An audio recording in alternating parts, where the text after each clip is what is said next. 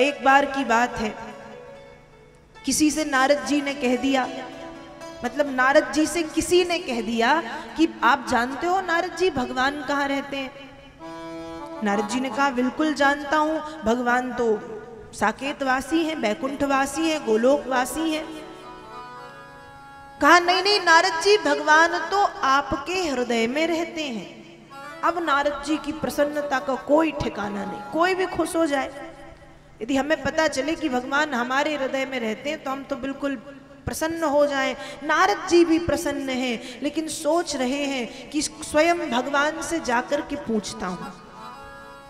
और नारद जी पहुंचे भगवान के पास और भगवान से बोले, प्रभु आप कहाँ रहते हो? प्रभु आप कहाँ रहते हो? नारद जी उत्तर देते हैं, नारद जी ने जब कहा आप कहाँ रहते हो, भगवान उत्तर देते हैं कि हे देवर्षि नारद, नाहं बसामि वैकुंठे योगिनां हृदयेन च मदभक्त्या यत्र गायन्ति तत्र तिष्ठामि नारदो। हे देवर्षि नारद, मैं बैकुंठ में नहीं रहता, ना हम बसामी वैकुंठे। नारद जी खुश हो गए, अब तो भगवान यही कहेंगे कि मैं तुम्हारे हृदय में रहता हूं। भगवान ने कहा सुनो नारद, योगी नाम हृदयेन च, मैं तुम जैसे योगियों के हृदय में भी नहीं रहता। अब नारद जी थोड़ा सा दुखी हो गए कि तो फिर प्रभु कहाँ रहते हो? भगवान कहते हैं ना हम बसामी बैकुंठे योगिनां हृदयेन च, मैं ना बैकुंठ में रहता हूँ, न तुम्हारे जैसे योगियों के हृदय में रहता हूँ। नारद जी बोले तो कहाँ रहते हो? भगवान ने कहा मदभक्त्या यत्र गायन्ति तत्र तिष्ठामि नारदो। हे देवर्षि नारद, जहां पर बैठ करके मेरे भक्त श्रद्धा विश्वास और भगवत भक्ति के साथ मुझे बुलाते हैं, बस मैं वहां भागा भागा चला आता हूं। मतलब मैं मेरे भक्तों के सानिध्य में, भक्तों के बीच में रहता हूं। तो आज देवता पूछ रहे हैं कि प्रभु भगवान कहाँ मिलेंगे? भगवान शंकर ने कहा कहीं नहीं मिलेंगे, यहीं मिलेंगे। लेकिन मिलेंगे कैसे? मन की निर्मलता, मन की पवित्रता, विचारों की शुद्धता, बुद्धि की पवित्रता जब हो और मन में प्रेम जागृत हो जाए तो वे यहीं आ जाएंगे, तुम्हें कहीं जाने की जरूरत नहीं है। जब भगवान शंकर ने ये सुंदर उपाय बताया, देवताओं ने बड़े भावपूर्ण ढंग से भगवान की स्तुति गाई है। श्रीमद् भागवत जी में वेद व्यास जी लिखते हैं, नमोस्तु तस्मा उपशांत सत्तये स्वराज्य लाभो प्रतिपूरितात्मने गुणेषु माया रचिते सुवृत्तिभे न संजमानाय नमस्वदूतये। देवताओं ने भावपूर्ण स्तुति की है कि हे भगवान, आप तो माया के पति हैं, माया के स्वामी। माया द्वारा निर्मित गुणों में, माया के द्वारा बनाए गए गुणों में आप स्वयं कभी आसक्त नहीं होते, क्योंकि आप वायु के समान सदा सर्वदा सर्वत्र व्याप्त हैं। आपके समक्ष आते ही संसार की समस्त शक्तियां शांत हो जाती हैं। हे नारायण, आपके पावन चरण कमलों में हमारा कोटि कोटि प्रणाम है। देवता कहते हैं कि प्रभु, जिस प्रकार से वृक्ष की जड़ का सिंचन करने से सारे वृक्ष को पानी मिल जाता है, जैसे कोई पौधा लगाया, कोई पेड़ लगाया हमने, तो हम पौधे को, पेड़ को पानी देते हैं। कहां से? जड़ से। जड़ से ही देते हैं ना। जड़ से पानी देंगे तो ऊपर तक पेड़ के आखिरी ऊपरी छोर तक पानी पहुंच जाएगा अपने आप।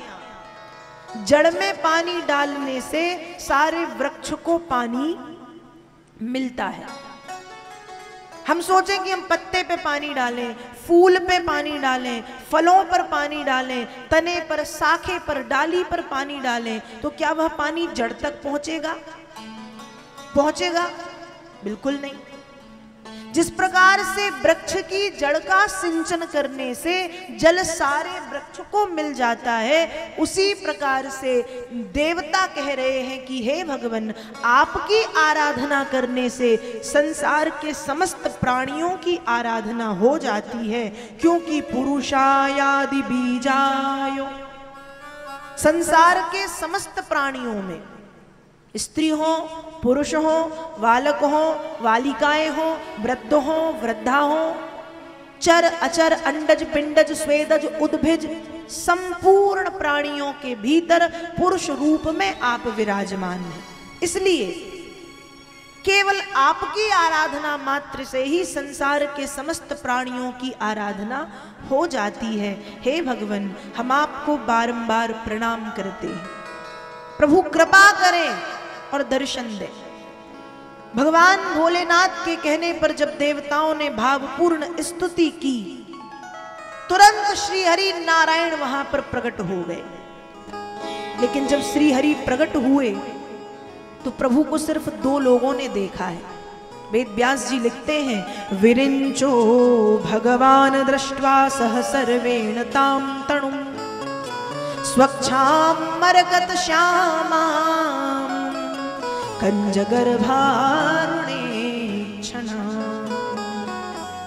भगवान को केवल 2 लोगों ने देखा। विरिंचो, ब्रह्मा जी ने देखा, भगवान दृष्ट्वा, ब्रह्मा ने भगवान को दृष्ट्वा देखा।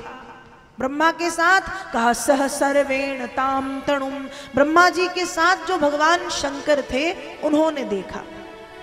बाकी और कोई नहीं देख पाया। वहां 33 कोटि देवता भी थे, लेकिन भगवान को नहीं देख पाए। क्यों? कहा स्वच्छाम मरकत श्यामाम, भगवान के शरीर से स्वच्छ मरकत मणि के समान तेज निकल रहा था, और उस तेज के निकलने के कारण देवताओं की जो आंखें हैं वे चकरा गई।